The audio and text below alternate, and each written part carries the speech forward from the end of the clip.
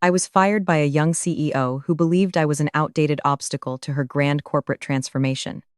What she did not know was that 850 trucks, 285 warehouses, and a credit line worth tens of millions were all breathing through one thing: my authentication. 15 minutes after I walked out, the entire empire began to lock itself down. I knew the axe was hanging over me the day Olivia Mercer, the 26-year-old CEO of Great Plains Industrial Transport, and had the solid oak conference table removed and replaced with a circle of purple meditation cushions. She called it an equal dialogue space. I called it a room full of adults trying to negotiate steel freight contracts while sitting cross-legged on pillows that squeaked every time someone shifted. My name is Evelyn Harper. I had been running operations at Great Plains for 17 years. I did not learn logistics from polished slides or trendy professional networking phrases. I learned it from oil stains, forklift alarms, freezing concrete floors, and midnight calls from warehouses where one broken scanner could derail an entire route. Olivia did not see any of that. She saw glass walls, collaboration apps, brand colors, and slogans about transformation. I thought she would irritate a few old managers, confuse a few teams, and eventually learn that logistics does not run on inspiration. I underestimated the confidence of someone who had never slept on a folding cot inside a warehouse to keep a distribution line alive. When she started calling people like me legacy, I understood that I was no longer a leader in her eyes. I was an obstacle, and obstacles, in her world, were meant to be removed. I entered this industry at 23, holding a clipboard, wearing safety shoes that blistered my heels, and still needing someone to tell me which end of a forklift not to stand in front of. I had no family name, opening conference room doors. I had no expensive vocabulary to make ordinary work sound visionary. I moved from warehouse to warehouse, learning dock layouts, shift rhythms, scanner errors, weather failures, and the little mechanical betrayals that never appeared in executive dashboards. Before Great Plains, I worked at 3 different logistics companies. By the time Walter Mercer hired me, I already knew operations was not a chart. It was a living body. A small failure in Milwaukee could become an angry customer in Detroit by morning.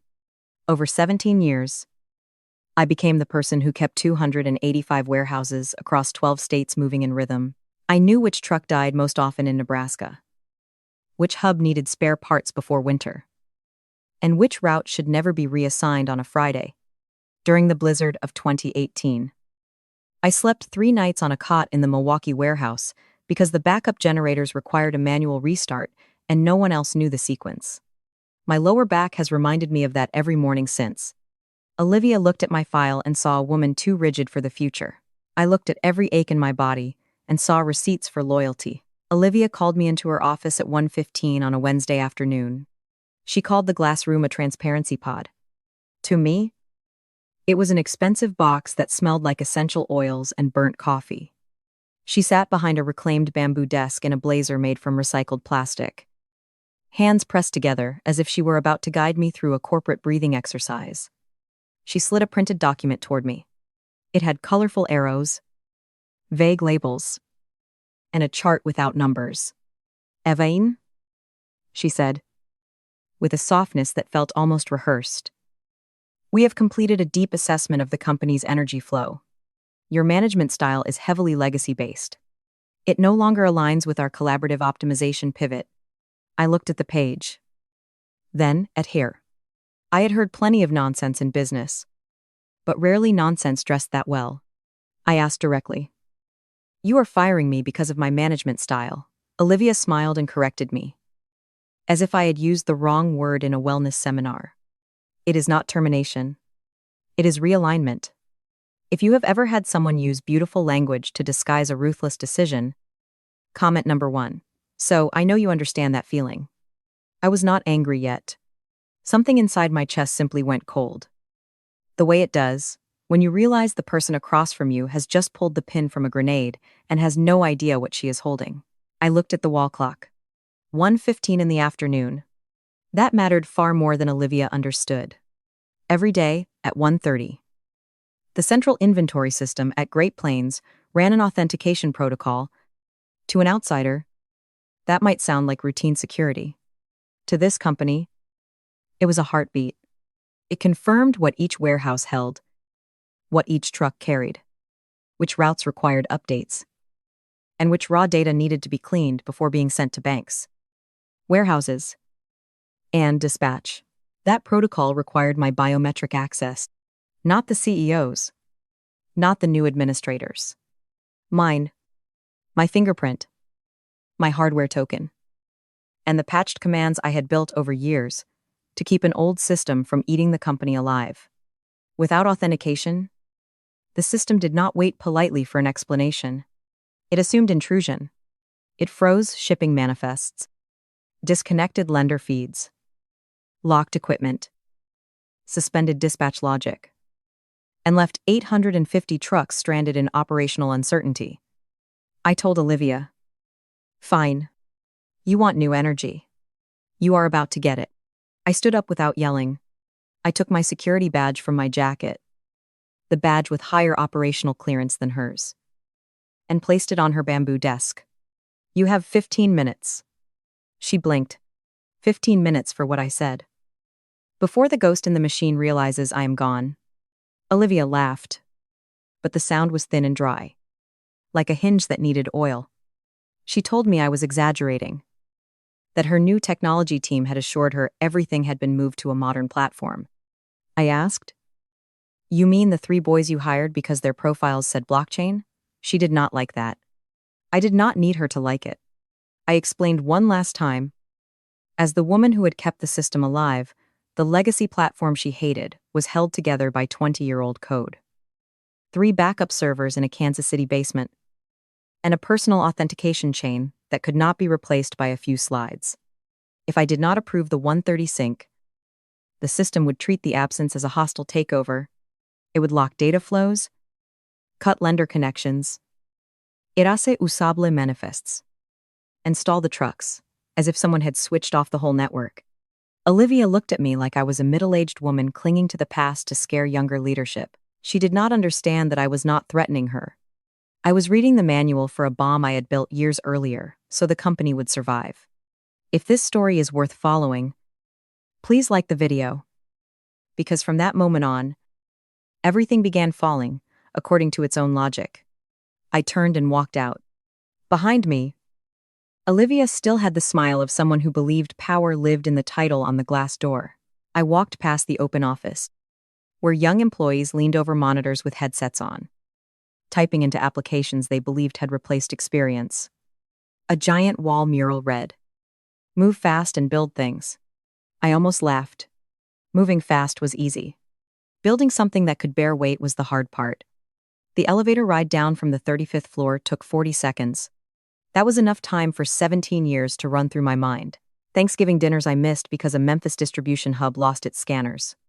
A fishing trip with my brother I canceled in 2019 because the Kansas City server room flooded during a long weekend. And I was the only one who knew where the manual override panel was hidden. My knees cracked whenever it rained because I had walked concrete floors for 72 straight hours during the winter of 2018. I had done it because the company needed it. Drivers needed routes. Customers needed deliveries. For years, I thought that was duty. When the elevator doors opened, I no longer felt duty. I felt like someone just removed from a system everyone assumed ran itself. At the security desk, Dale Ramsey looked up from his crossword. "Leaving early." "Ms. Evelyn," I placed the company credit card on his desk. "Permanent vacation." "Dale." "Olivia thinks I am bad for the energy." He shook his head. "This place will fall apart without you," I said. "Give it about 15 minutes. I was still in the parking garage when my phone buzzed for the first time. Alert system sync authorization missing. Warehouse 117. Warehouse 118. Warehouse 119. The list kept sliding down the screen, like a crack spreading across glass. It was 1:31 in the afternoon. I sat in my old Ford F-150, a truck that had survived enough road salt to season a factory of pretzels, and watched the alerts stack up. Strangely, I did not feel victorious. I did not even feel angry anymore. I felt like a demolition engineer watching a timer hit zero from a safe distance. Buildings do not fall because people are emotional. They fall because someone removes the wrong load-bearing beam. Olivia did not understand logistics. It was not a spreadsheet.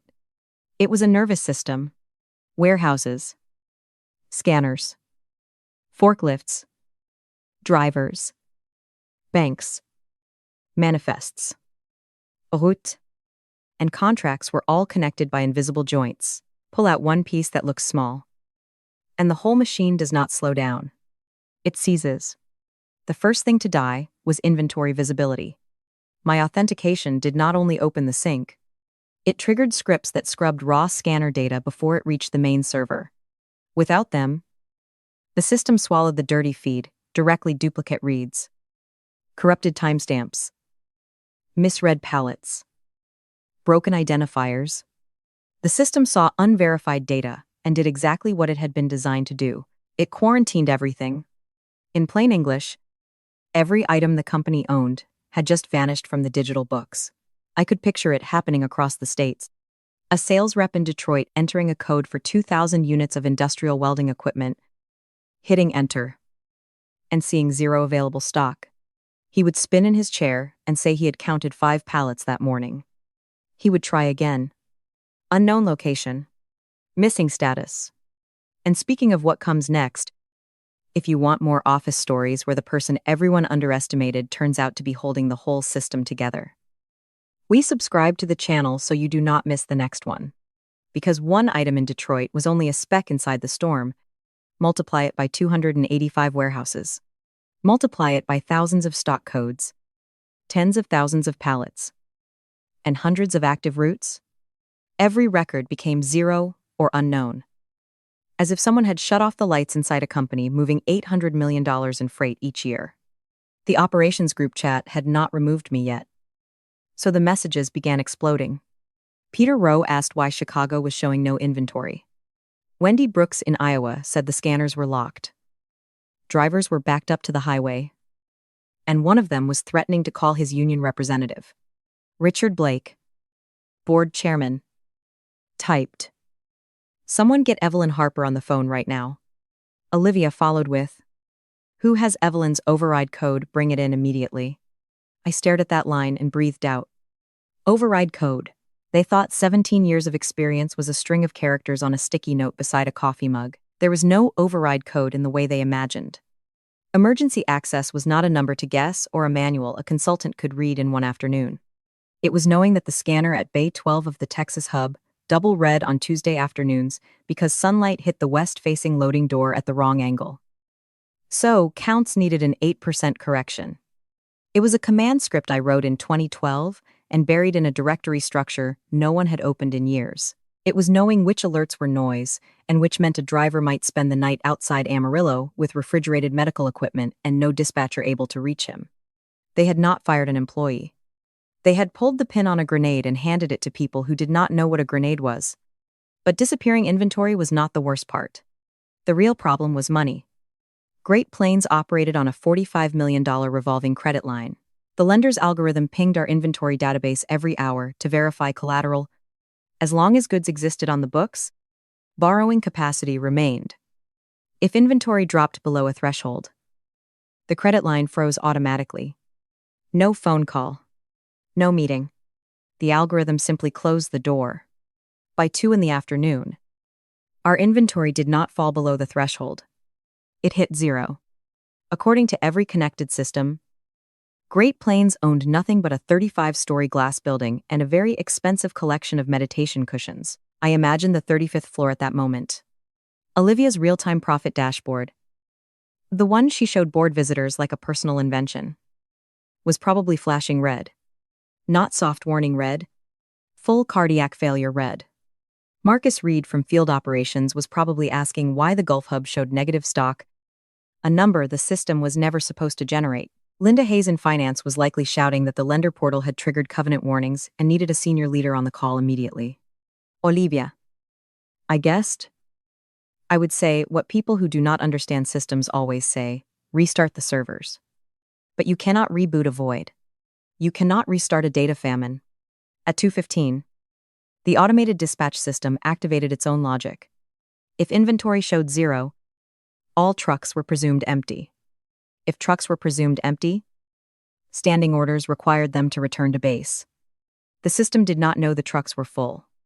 It did not know one was headed to a hospital in Cincinnati, another to a Denver construction site, and others toward factories in Detroit. It saw empty and issued recall. 850 trucks began turning around on highways across 12 states. As I merged onto the interstate, the traffic report mentioned unusual congestion around the industrial corridor. I turned the volume up slightly. On the 35th floor, Olivia was learning her first real lesson. Modern platforms do not run on vibes. They run on old pipes someone has been quietly maintaining. My phone rang. Olivia Mercer, CEO. I let it ring 4 times and declined. It rang again. I declined again. Then a voicemail appeared. I played it. Not because I was curious, but because sometimes you need to hear the voice of arrogance when it begins to crack. Evelyn. This is Olivia. There appears to be a minor synchronization issue with our data flow. We need your access credentials as soon as possible. This behavior is unprofessional. If you do not respond in 5 minutes, I will contact legal. You cannot hold company assets hostage. Company assets. I nearly laughed. Those assets were a cognitive map of 17 years of problems stored inside my head. She could not subpoena my memory. She could not audit institutional knowledge with a form. She could not place a lien on 17 winters of showing up when nobody else wanted to come in.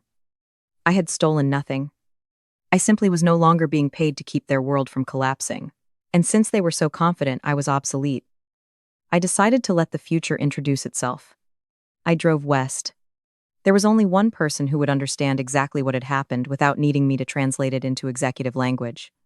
Walter Mercer, founder of Great Plains. Olivia's father.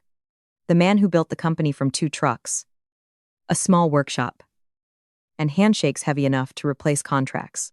If anyone still knew that operations was the spine and not a support department, it was him. Walter's place was not a showy vacation mansion. It was a cedar and stone house outside Rockford, overlooking a wide bend of the Rock River. Before Great Plains had its first contract, he had built a workshop on that land. From there, the company began with 2 trucks, a wall of tools, and a handshake deal with a steel distributor in Gary, Indiana. Walter was 74. With a face carved by hard years and eyes sharper than most people in the glass conference rooms downtown. He retired 3 years earlier and left the board one sheet of paper. It had one paragraph: operations runs itself. Evelyn Harper runs operations. Keep your hands out of what works. The board obeyed for 14 months before Olivia arrived with her transformation roadmap. When I pulled up, Walter was on the porch, slowly sharpening a pocket knife. He looked at me, then at the knife, then back at me. You are supposed to be in the 130 sink. I leaned on the rail. I got realigned. My operational frequency does not match the collaborative pivot. His hand stopped. He set the knife down with the care of a man deciding what to pick up next. She fired you on a Wednesday. Right before the sink, I said. Olivia called it realignment. Walter closed his eyes for exactly 3 seconds. When he opened them, there was no confusion left. Walter went inside and came back with a bottle of bourbon and 2 glasses. No aiche. He poured mine first. Then his. I gave him the short version. The lender was flagging covenant violations. 850 trucks had received recall orders at 2:15. And the traffic report had already noticed. Walter took a drink and looked at the river. After a moment, he told me about missing his niece's rehearsal dinner in 2011 because he drove 6 hours to Columbus when a backup server room lost power and nobody knew where the manual battery lever was. He had crawled into the equipment room wearing the dress shirt he was supposed to wear to dinner. Then he looked at me. I built that company with blood and bad knees. My daughter just fired, the only woman who knows where everybody is buried because she did not like the way you ran meetings. He picked up an old flip phone from the side table. Not the smartphone his assistant had set up, but the one he kept for situations that mattered. I asked who he was calling. Richard Blake. Then the bank. Then my lawyer. When the line connected, his voice did not get louder. It got heavier, like a steel door closing. Richard. It is Walter. Stop whatever you are doing. My daughter just pulled authentication out of a system that 285 warehouses depend on and handed the keys to nobody. Walter refused to be transferred to Olivia. He said Olivia was the reason he was calling. Then he looked at me as he said the next line. There is exactly one person on this planet who can restore that system tonight. She is sitting on my porch, drinking my bourbon, and looking at the river. 10 minutes later, the emergency board line opened. Richard Blake came on with the voice of a man who had been through 4 consecutive calls, full of shouting. He said the situation was deteriorating by the minute. The lender was threatening a formal review, and field managers were calling in from 9 states. I said, "That sounds rough. Richard, I am having a peaceful afternoon out here." He said they needed my authentication token and override access immediately. I reminded him I no longer worked for Great Plains. Olivia had realigned me. If they wanted me back, we needed to discuss what preparedness really looked like. Walter nodded once, slowly and clearly, like a general giving permission to fire. I gave my first condition: I would not return as operations manager. I would return as vice president of operations, reporting directly to the board. My salary would triple from $120,000 to $360,000 a year, with a 12-month contract paid up front upon signing. Richard began to object. I cut him off. 850 trucks are on highways, and the lender algorithm already sees 0 collateral. Do you want to negotiate compensation? Or do you want freight moving again? The silence on the other end lasted long enough for me to know they were swallowing their pride. Finally, Richard agreed. I gave the second condition, full operational autonomy. No transformation roadmaps imposed from above. No agile consultant. No dashboard recommendations from people who had never spent a night in a warehouse. My team would return immediately: Peter Rowe, Wendy Brooks, and the others who had been pointlessly reassigned. Each would receive a 30% raise and written board acknowledgement that their reassignments had been operationally unsound. I heard muffled discussion, rapid typing, and then Richard agreed. The third condition was the real blade. I let a beat pass before speaking. Olivia could keep her title if the board wanted to protect the family's image, but she would have no operational authority over my division. No emails to my team about process. No warehouse walks with shallow suggestions. No articles about artificial intelligence disruption forwarded to my department heads. She could handle strategy, investor relations, brand partnerships. Whatever made her feel modern, operations would be completely off limits. Richard said carefully. She is family. Evelyn. This is delicate. Walter leaned toward the phone. She is a liability. Richard. Either you restructure her role tonight, or at 9 tomorrow morning, I call my broker and begin unwinding my 38% stake. By noon, you will hate the market board. What followed was the silence of people doing math they disliked but could not dispute. Richard finally agreed. Olivia would be moved to strategic partnerships and fully separated from operations. I knew that sentence hurt them. Not because they pitied Olivia, but because they had just admitted that a young woman handed a throne had nearly burned down the castle. Richard asked when I could be on site. I told him I was about 2 hours away, and the system would remain locked until I walked through the door, authenticated in person, and told their technology team to stay away from the override directory. I made it clear that if anyone forced access with the wrong credentials, the system could trigger a full database wipe. 17 years of inventory history, calibration records, and routing data would vanish permanently. I could not restore what no longer existed. This time, the line went so quiet that I could hear the wind on Walter's porch.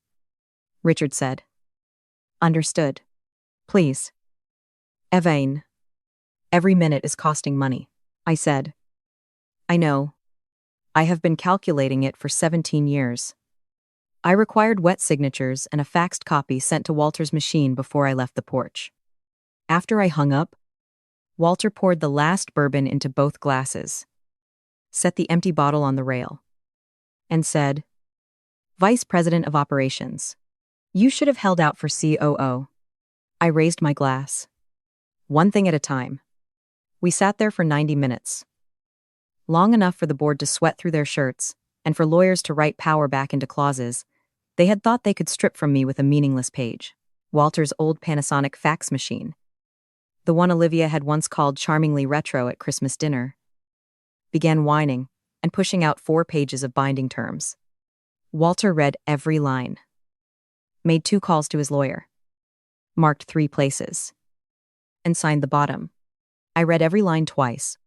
I did not read like someone eager to return. I read like someone finally seeing her value written in ink instead of paid in thank yous for sacrifice. Outside, the river kept moving, indifferent to the disaster unfolding miles away. The sky turned the orange-gray of a Midwestern October evening. When the air is cold enough to show your breath, but not cold enough to make you go inside. I remembered the Milwaukee warehouse in February 2018. On the second night beside a generator the size of a pickup truck. I called my brother just to hear a human voice that was not a forklift alarm. He asked when I was coming home. I told him I did not know. The company needed the warehouse online. Drivers needed routes. 400 families needed freight delivered. He asked, "Does the company know you are doing this?" I had no good answer then. I did now. I signed Evelyn Harper at the bottom, pressing hard enough to almost cut through the paper. Not because I wanted revenge, because for the first time in 17 years, I was not asking the company to see me. I was forcing it to look. I pulled into the Great Plains parking lot at 8:47 that evening. The building was lit from the first floor to the 35th, like a fire drill. Nobody had remembered to end. 2 black sedans with out-of-state plates sat near the entrance. Lender representatives. Most likely, they had come to watch the company be rescued or to record its collapse in person. Dale Ramsey was still at the security desk. When he saw me come through the revolving doors, he actually stood. "Welcome back, Ms. Evelyn," I said. "Temporary or permanent? 30 seconds will tell." The elevator opened on the 35th floor, and I recognized the smell immediately: cold coffee, stressed people, and the stale air of an office where no one had opened a window in hours. Every conference room was lit. The open floor looked busy, but it was disaster busy. The kind where everyone is doing something to avoid feeling helpless while the real problem remains untouched. Peter Rowe waited beside the elevator. He looked like a man who had watched a house burn from across the street all afternoon. Knowing exactly where the extinguisher was and being forbidden to use it, he said quietly, "You are a legend." I said, "Monday morning? Bring Wendy. Tell the others?" He had already texted them. Richard Blake met me at the server room door with the contract folder and the face of a man who had learned a lesson so expensive he intended never to repeat it. Richard handed me the folder and said the documents were executed and the first quarter advance had cleared. I did not rush into the role of savior. I opened the signature page, checked the compensation clause, checked the autonomy provision, and checked the section separating Olivia from my division. Everything was there. Only then did I sit at the primary authentication terminal. The screen was a wall of red lock errors, suspended indicators, warning codes stacked like an open wound. Each line represented a warehouse, a hub, or a dispatch center frozen since 1:31 in the afternoon. 7 hours and 16 minutes. I took the hardware token from my keychain, the same keychain I had carried for 11 years. The token, Olivia's cloud-native team apparently never knew existed. I entered my username, typed my password, and placed my finger on the biometric reader. Authentication confirmed. Inventory sync began. Warehouse data reconciled. Lender portal feed restored. Truck dispatch routing updated. 45 seconds later, the red drained from the screen like blood returning to the body. Green across the board. 285 warehouses. 12 states. The entire room exhaled at once, like a pressure valve finally opening after a long day. Phones began ringing everywhere: field managers, drivers, dispatchers, all reconnecting at the same time. It was the sound of a company remembering how to breathe. I removed the token, clipped it back onto my keychain, and stood. I told Richard the trucks would receive updated routing within 90 seconds. The lender portal would show full collateral restoration within the hour. And Peter Rowe and the full operations team would return Monday morning. I wanted my old desk, a real chair, and a coffee machine that served actual caffeine instead of brown perfume. I looked around the room once more and added, and the meditation cushions are gone before I walk in at 7 in the morning. I headed for the elevator. Richard called after me and asked where I was going. I said, steak dinner. I have been thinking about it since 1:30. The doors closed. Somewhere on that floor, Olivia Mercer was probably sitting inside her glass room, learning the most expensive lesson of her career. Some things cannot be realigned. Some systems do not run on vision decks, transformation roadmaps, or recycled plastic blazers. Some systems run on 17 years of showing up when no one else knows what to do. The most dangerous person in an organization is not the loudest one in the room. It is the person quietly holding the pieces together while knowing exactly what will happen if she lets go. Thank you for watching until the end. If this story made you think, please leave one like, subscribe to the channel, and remember that real power is not always written on the nameplate outside the door. Sometimes it lives in the person who knows which bolt is keeping the whole machine from collapsing.